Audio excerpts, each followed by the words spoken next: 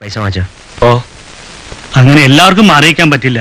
എനിക്കൊരു കമ്പനി ഉണ്ട്, അത് പൂട്ടിയിട്ടാൽ. നിവൃത്തിയില്ലാത്തവർ പോകണ്ട, ബാക്കിയുള്ളവർ മാറിയിക്കട്ടെ. തൽക്കാലം അതേ മാർഗമുള്ളൂ. സാറ് ഞങ്ങളുടെ ഒപ്പം ഉണ്ടാവുന്ന ഉറപ്പ് പറഞ്ഞാൽ ബാക്കി കാര്യം ഞങ്ങളേറ്റു. ഏയ്, അതൊന്നും വേണ്ട, നിങ്ങൾ പൊയ്ക്കോളൂ. ഈ ആന്റണി കാരണോ മുതലാളിക്ക് ഗതി വന്നത്?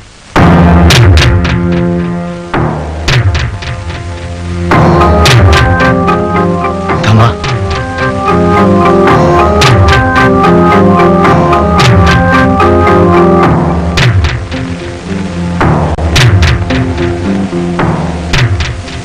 പറ ആന്റണി, എന്തിനാ അച്ഛനെ അറസ്റ്റ് ചെയ്തത്? എനിക്കറിഞ്ഞുകൂടാ.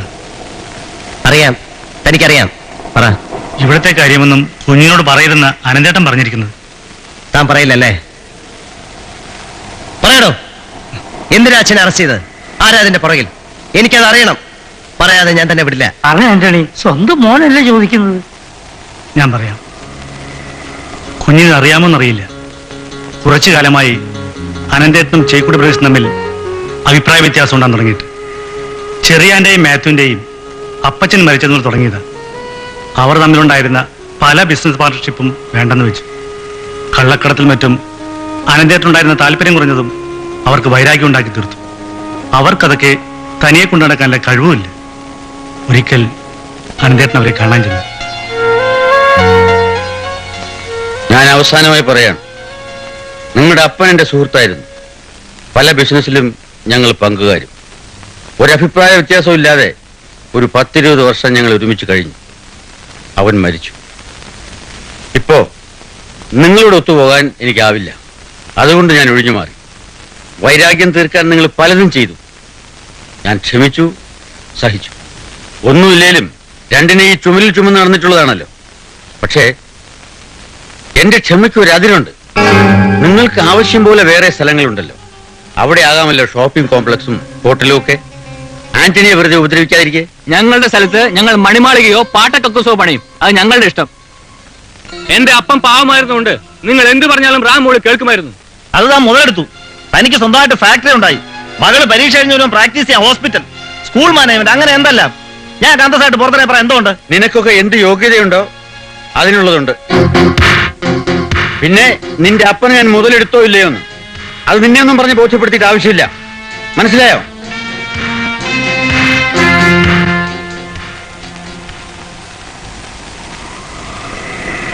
അതിനുശേഷം പലപ്പോഴും പല സ്ഥലത്ത് വെച്ചും അവർ തമ്മിൽ വാക്കുതർക്കമുണ്ടായി. ആഭ്യന്തരമന്ത്രി ശേഖരൻ അനന്തേട്ടന്റെ ഉറ്റ സുഹൃത്തായതുകൊണ്ടായിരിക്കണം നേരിട്ടൊരു ബലപ്രയോഗത്തിന് അവർ തയ്യാറാവത്. ഇതിനിടയ്ക്ക് അവരുടെ സ്ഥലത്തിരുന്ന എന്റെ കമ്പനി പൊളിച്ചു മാറ്റെന്ന് പറഞ്ഞ് അവരെന്നെ നിർബന്ധിച്ചുകൊണ്ടിരുന്നു. അനന്തേട്ടനായിരുന്നു ആകെ എനിക്കൊരു ധൈര്യം. പെട്ടെന്നാണ് സംഭവമാകെ തിരിഞ്ഞു മറിഞ്ഞത്. ആഭ്യന്തരമന്ത്രി ശേഖരൻ രാജിവെക്കും എന്നൊരു ശ്രുതി പരന്നു. അത് അവർക്കൊരു ധൈര്യമായി. ഏതോ കാര്യത്തിന് അനന്തേട്ടനും മന്ത്രിയും കൂടി ബാംഗ്ലൂർക്ക് പോയപ്പോ ചേക്കുടി മാത്യുവും ചെറിയാനും എന്നെ കാണാമെന്ന്. ഈ കമ്പനി പൂട്ടിയാൽ എന്റെ കുടുംബവും ഇവിടുത്തെ ജോലിക്കാരും പട്ടിണിയായി പോകും. അപ്പൊ നീ ഒഴിയില്ലല്ലേടാ? അനന്തേട്ടൻ എന്നോട് ഒഴിയണ്ടെന്ന് പറഞ്ഞിട്ടുണ്ട്. അനന്തനാണോ ഞങ്ങളുടെ സ്ഥലത്ത് ഒഴിയണ്ട തീരുമാനിക്കുന്നേ? അനന്തേട്ടൻ പറയാതെ ഞാൻ ഇവിടെ ഒഴിയില്ല. നീ ഒഴിയില്ലടാ.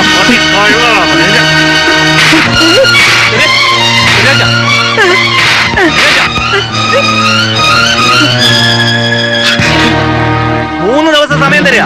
അതിനുള്ളിൽ ഇവിടുന്ന് കമ്പനി പൊളിച്ച് മാറ്റിയില്ല എന്റെ കയ്യും കാലും തന്നെ ഓടി.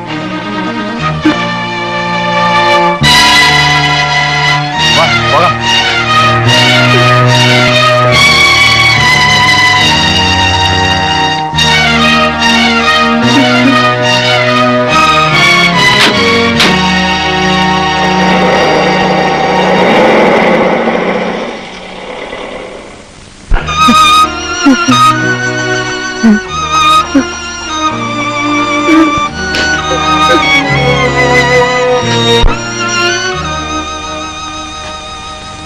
നിന്നെ ഒരു തല്ലിയല്ലേ?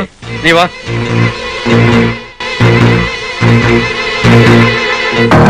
മാത്യു, വരികയാണേ.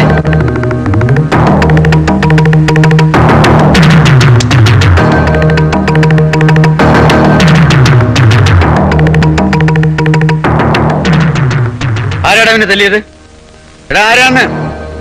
ആരാണ് തല്ലിയെന്ന്? ആരാടാ നിന്നെ തല്ലിയേ? ഞാനാ തല്ലിയത്. തിരിച്ചു ചെല്ലടാ, തിരിച്ചു ചെല്ലടാ. തല്ലാനാ പറഞ്ഞില്ല, ഞാൻ നിന്നെ തല്ലും. എന്നെ കൊണ്ട് പറ്റില്ല. നാണമില്ലേടാ നിനക്ക്? തല്ലിയവനെ തിരിച്ചു ചെല്ലാൻ വയ്യെങ്കിൽ പോയി തൂക്കിച്ചാവ്. ഓ, നിനക്കൊക്കെ അറിയാമോടാ അവൻ ആരാണെന്ന്? അവന്റെ അപ്പൻ സ്വന്തം ജീവൻ പണയപ്പെടുത്തി നിന്റെയൊക്കെ അപ്പനെ രക്ഷിച്ചില്ലായിരുന്നെങ്കിൽ അയാളെ കസ്റ്റംസുകാർ പട്ടിയെ പോലെ വെടിവെച്ചു കൊല്ലുമായിരുന്നു. ആ കടപ്പാട് തീർക്കാൻ അന്ന് അയാൾ കെട്ടിക്കൊടുത്ത കമ്പനിയാണ് നന്ദിയുള്ള മക്കളിൽ നിന്ന് പൊളിച്ചു മാറ്റാൻ പറഞ്ഞിരിക്കുന്നത്. എടാ, സ്ഥലത്തിന് പൈസ വേണമെങ്കിൽ പറഞ്ഞോ, അല്ലാതെ അവനെ ഇവിടുന്ന് ഒഴിപ്പിക്കാനാണ് ശ്രമമെങ്കിൽ അത് നടക്കില്ല. അത് താനാണോ തീരുമാനിക്കുന്നത്? അതെ, അങ്ങനെ അവനെ അവിടുന്ന് ഒഴിപ്പിച്ചിട്ട് അവിടെ മണിമാളിക പണിയാൻ ഉദ്ദേശമുണ്ടെങ്കിൽ അത് നടക്കില്ല. ഇനിയും നിങ്ങൾ അവനെ ഏതെങ്കിലും വിധത്തിൽ ഉപദ്രവിച്ചെന്ന് ഞാൻ അറിഞ്ഞാൽ സംഗതി വഷളാവും. താൻ ആരെയാടോ ഭീഷണിപ്പെടുത്തിട്ട് പോന്നേ? താൻ ആരാവുക? ഒരു ആഭ്യന്തരമന്ത്രി പോകലോണെന്ന് വിചാരിച്ച് കൂടുതൽ നേളിക്കരുത്. താൻ നേരത്തെ ഒരുത്തനെ കൊണ്ട് വന്നല്ലോ എന്നെ തല്ലാൻ. എന്നെ തല്ലിയ ജീവിട്ട് വന്നാലേ പോകാമെന്ന് തോന്നുന്നുണ്ടോ? താൻ നിരങ്ങും. കുട്ടികാലത്ത് എനിക്ക് എഴേണ്ടി വരും. മനസ്സിലാകണോ കിഴവത് എനിക്ക്?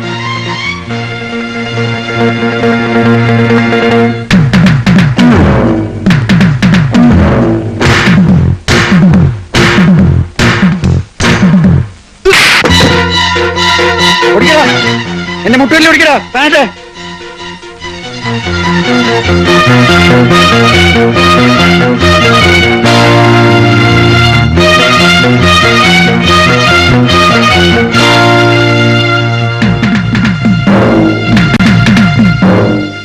ആ സംഭവം നടന്ന് 2 ദിവസം കഴിഞ്ഞപ്പോൾ ആഭ്യന്തരമന്ത്രി ശേഖരൻ രാജിവെച്ചു.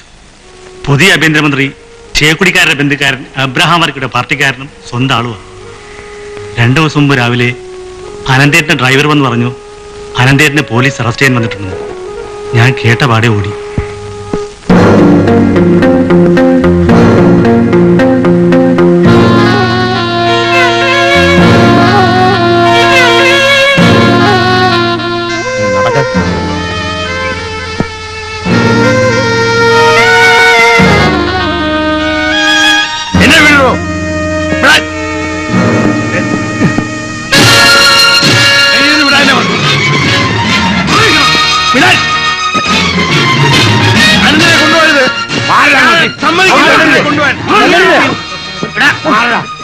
അവർ തല്ലരുത്, അവർ തല്ലരുത്.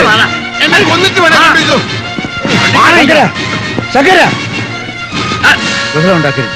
അവരവരുടെ കടമ പിടിച്ചോണ്ട് പോണോനെ. ആ ജയിപ്പിക്കാറ് എന്നെ കരുതി നിങ്ങൾ ആരും ബഹളം ഉണ്ടാക്കരുത്. ആ കയറ് കേറാൻ.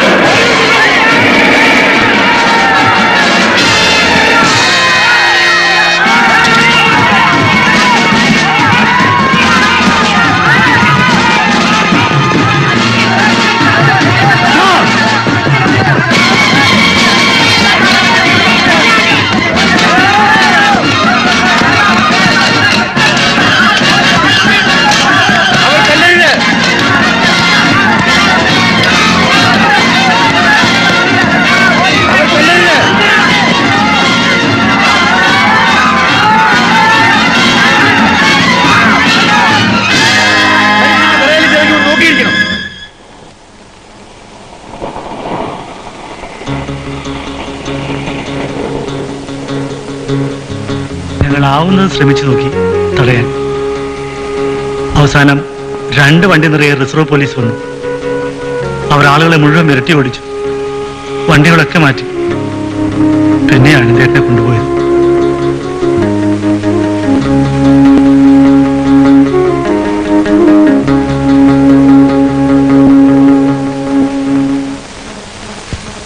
ഇപ്പോൾ ഒരു കാര്യം വ്യക്തമായി, അറസ്റ്റിന്റെ പുറയിൽ പൊളിറ്റിക്കൽ ഇൻട്രസ്റ്റ് ആയിരുന്നു എന്ന്. അപ്പൊ പ്രത്യേക ചാർജൊന്നും ഉണ്ടാവില്ല, പ്രിവെന്റീവ് ഡിറ്റൻഷൻ ആയിരിക്കാം. ധൃതി വെച്ചിട്ട് കാര്യമില്ല, ചിലപ്പോ ഹൈക്കോർട്ടിലോ സുപ്രീം കോർട്ട് വരെ പോകേണ്ടി വരും. എന്നാലും വേണ്ടില്ല സാർ, അച്ഛനെ എങ്ങനെയെങ്കിലും പുറത്തിറക്കണം. ഞാൻ ശ്രമിച്ചു നോക്കാം. ഇൻ ദി മീൻ ടൈം പൊളിറ്റിക്കലായിട്ട് ശ്രമിക്കുന്നതായിരിക്കും കുറച്ചുകൂടി നല്ലത്. ഇഷ്ടമില്ലാഞ്ഞിട്ടല്ല, എനിക്കിവിടെ ആരെയും പരിചയമില്ല സാർ. ലോക്കൽ MLA അച്ഛന്റെ അടുത്ത സുഹൃത്താണല്ലോ. അയാൾ ഭരണകക്ഷിയുടെ ആളുമാ. ഒന്ന് ശ്രമിച്ചൂടെ? ആഹാ, അത് ശരി. അത് ഞാൻ അറിഞ്ഞില്ല. ഏയ് വേണ്ട വേണ്ട, ഞാൻ വിളിച്ചെന്ന് മിനിസ്റ്ററോട് പറയേ വേണ്ട. അതെ, കാര്യങ്ങളെല്ലാം ഞാൻ നേരിട്ട് സംസാരിച്ചോളാം. ആ, ആളെ അറിയാം, അതുകൊണ്ട് ചോദിച്ചെന്ന് മാത്രം. ആ ശരി, വെക്കട്ടെ. ഓ,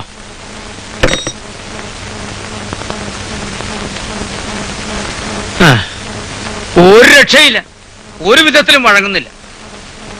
ആ, ഞാനൊരു കാര്യം തുറന്നു പറയുന്നതിൽ ഭീമന് വിഷമം തോന്നരുത്. ഭീമനല്ല, അർജുൻ. ആ, അർജുനെങ്കിൽ അർജുനൻ. ഈയിടെ തീരെ ഓർമ്മ നിൽക്കുന്നില്ല. സാറ് കാര്യം പറ. ഇപ്പോഴത്തെ ആഭ്യന്തരമന്ത്രി കുറെ കാലം മുമ്പ് അച്ഛന്റെ കമ്പനിയിലെ തൊഴിലാളി നേതാവായിരുന്നു. അന്നൊരു കള്ളക്കേസിൽ കുടുക്കി അയാളെ കുറച്ചു ദിവസം അച്ഛൻ അകത്താക്കിയിട്ടുണ്ട്. അതറിയാമോ? കള്ളക്കേസല്ലായിരുന്നു, കുറ്റം ചെയ്തതിന് കോടതിയാണ് ശിക്ഷിച്ചത്. യൂണിയനിൽ ചേരാത്തതിന് തൊഴിലാളികളെ തല്ലിയാൽ പിന്നെ എന്ത് ചെയ്യണം സാർ? അതൊന്നും എനിക്കറിയില്ല. ഞാൻ തിരുവനന്തപുരത്ത് വിളിച്ചപ്പോ കിട്ടിയ ന്യൂസാ. അതിനുശേഷവും ഈ മാന്യൻ പാർട്ടി ഫണ്ടിനെന്നും ഇലക്ഷനെന്നും മറ്റും പറഞ്ഞ് അച്ഛന്റെ അടുക്കൽ നിന്ന് കാശ് കൈനീട്ടി വാങ്ങിക്കുന്നത് എന്റെ കണ്ണുകൊണ്ട് ഞാൻ കണ്ടിട്ടുണ്ട് സാർ. അതുകൊണ്ടൊക്കെ ജയിലിൽ കിടത്തിയ വൈരാഗ്യം തീരുവോ? അത് പോട്ടെ, കൂട്ടത്തിൽ പറഞ്ഞെന്നേ ഉള്ളൂ. അപ്പൊ ശരി, അനന്തനോട് എനിക്ക് കടപ്പാടുണ്ട്. അതുകൊണ്ട് ഞാൻ കാല് വരെ പിടിച്ചു നോക്കി. പക്ഷെ എന്ത് ചെയ്യാം? കാലും കൈയൊന്നും സാറ് പിടിച്ചില്ല. ഫോണിൽ കൂടെ സംസാരിച്ചതൊക്കെ ഞാൻ കേട്ടതല്ലേ. പറഞ്ഞു എന്ന് വരുത്താൻ വേണ്ടി മാത്രം ഒന്ന് വിളിച്ചു. അതെ, എനിക്ക് അത്രേ സൗകര്യമുള്ളൂ. നിരപരാധിയൊന്നും അല്ലല്ലോ എന്റെ അച്ഛൻ. ഒരു വ്യാഴവട്ടത്തിൽ കൂടുതൽ അകത്ത് കിടക്കാനുള്ള കുറ്റം ചെയ്തിട്ടുണ്ട്. ഇപ്പോഴെങ്കിലും തുറന്നു പറഞ്ഞതിന് നന്ദി. ഇനി സമ്മേളനം വരും, ഇലക്ഷൻ വരും. അന്ന് ഇന്ന് പറഞ്ഞതൊക്കെ മറന്ന് കോളിനോസ് പുഞ്ചിരിയുമായി താൻ എന്റെ വീട്ടിൽ വരും സംഭാവന പിരിക്കാൻ. ചാണകം ഞാൻ കലക്കി വെച്ചിരിക്കും. ഒരു ജനപ്രതിനിധി വന്നിരിക്കുന്നു. ഞാനൊരു 2 വാക്ക് പറഞ്ഞിട്ട് വരാം. അന്നൊരിക്കൽ സംഭാവനയ്ക്ക് പുറമെ 20 ചാക്ക് അരി വാങ്ങിച്ചുള്ള വിദ്വാന അയാള്. വേണ്ട കേശി വാ.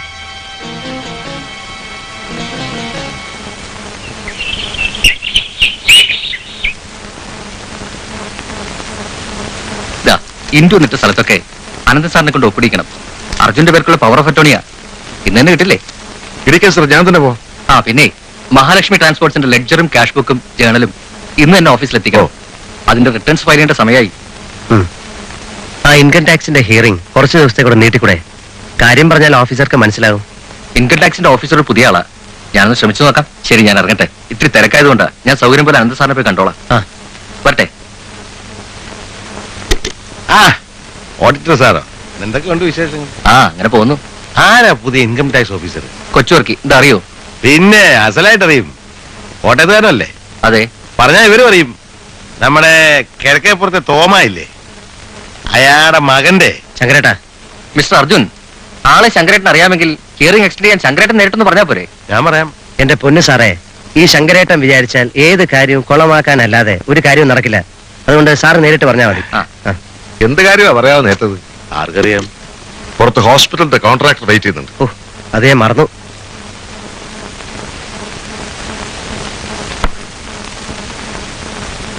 എന്താ കോൺട്രാക്ടറോട് വല്ലതും പറയാനുണ്ടോ? ഞാൻ അറിയുന്ന ആളെന്ന് നോക്കാമല്ലോ. വേണ്ട, ഇവിടെ ഇരുന്നാ മതി.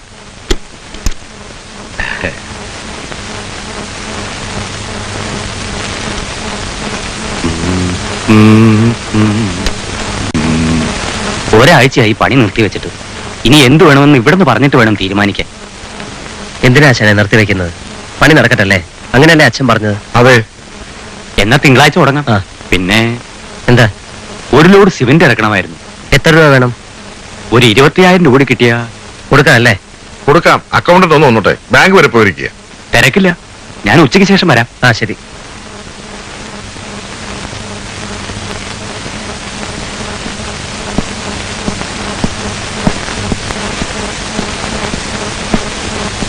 ക്യാഷ് ഡ്രോ ചെയ്തോ? അക്കൗണ്ട് ഒക്കെ ഫ്രീസ് ചെയ്തിരിക്കുക. എന്താ കാരണം? സാറിനോട് മാനേജർ ഒന്ന് ബാങ്കിലേക്ക് വിളിക്കാൻ പറഞ്ഞു. ആ ബാങ്ക് ഒന്ന് വിളിച്ചേ.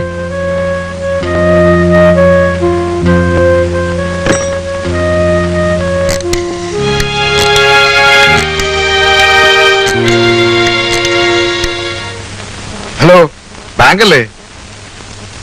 മാനേജരെ ഒന്ന് വേണമായിരുന്നു. ഓ, ഹലോ, ഞാൻ അർജുൻ, അനന്തന്റെ മകനാ. ഉവ്വ്, അക്കൗണ്ടന്റ് പറഞ്ഞു. എന്താ സാർ കാര്യം? എൻഫോഴ്സ്മെന്റും കസ്റ്റംസ് ആൻഡ് സെൻട്രൽ എക്സൈസോ? സാർ, ഒരു മുന്നറിയിപ്പും കൂടാതെ ഇങ്ങനെ...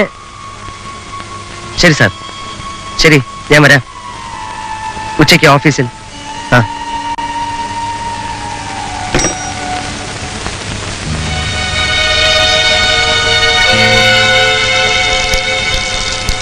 എന്താ കാര്യം? ഒപ്പിടിക്കാൻ. അപ്പൊ ചോദിച്ചിട്ട് വരാം. പക്ഷെ ഒടുക്കത്തെ പലിശയുടെ പലിശ 60%. അതായത് 105 രൂപ. 105 രൂപയോ? അതെ. അത് വളരെ കൂടുതലാണല്ലോ പണിക്കരെ. അനന്തനാണെങ്കിൽ ഞാൻ പറയില്ല, പറയാതെ തന്നെ പുള്ളി തരും. മാർക്കറ്റ് റേറ്റ് അനന്തൻ അറിയാം. മോൻ വരുന്നത് ആദ്യം ആയതുകൊണ്ടാ ഞാൻ പറഞ്ഞത് തന്നെ. അച്ഛനെ, അച്ഛൻ എന്ത് പറഞ്ഞു? അത്യാവശ്യമാണെങ്കിൽ വാങ്ങാൻ പറഞ്ഞു. പലിശയുടെ കാര്യമൊന്നും പറഞ്ഞില്ല. എത്ര ദിവസത്തിനകം തിരിച്ചു തരണം? എത്രയും വേഗം തരുന്നോ അത്രയും നല്ലത്. അല്ലെങ്കിൽ വെറുതെ പലിശ കൂടും. എത്ര വേണ്ടി വരും? എത്ര വേണം? ഒരു 50 മതി. ചോദിച്ചു. തൽക്കാലം ഒരു 50 മതി. ഓഹോ, ഞാനിപ്പോ വരാം. അങ്ങനെ ബാങ്ക് അക്കൗണ്ടും ഫ്രീസ് ചെയ്തു. ഇനി എന്താണ് ചേട്ടാ അടുത്ത പരിപാടി? അതൊക്കെ ഉണ്ടോ. മഹാലക്ഷ്മി ട്രാൻസ്പോർട്ട്സ്. ആ ചെറിയാൻകുട്ടി, നീ ആ ട്രാൻസ്പോർട്ട് കമ്മീഷൻ ഒന്ന് വിളിച്ചേ. എന്താ കാര്യം? അതൊക്കെ പറയാടാ, വിളിക്കേ.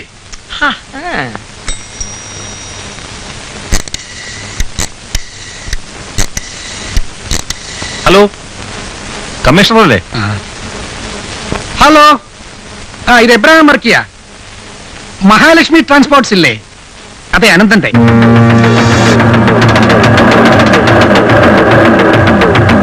Stop stop stop.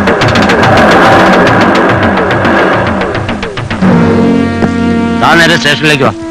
എന്തിനാ സർ? തന്നോട് വരാനല്ലേ പറഞ്ഞത്? സാർ, ലോഡ് വണ്ടിയാ സാർ, ഞാൻ ഇറക്കിയിട്ട് വരാം. തന്നോട് സ്റ്റേഷനിലേക്ക് വരാനാ പറഞ്ഞത്. ശരി സാർ. ജീപ്പിന്റെ പിറകെ ഉണ്ടാ.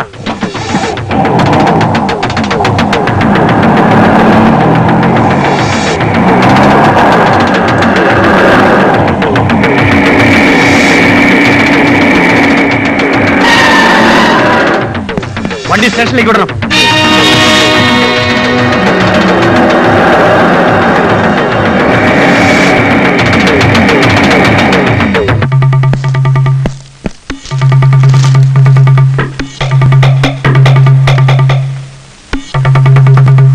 താൻ സ്റ്റേഷനിലേക്ക് വാ. സാർ, പേപ്പേഴ്സ് എല്ലാം ശരിയാണ്. അതൊന്നും താൻ അറിയണ്ട. സ്റ്റേഷനിലേക്ക് വാ. ശരി സാർ.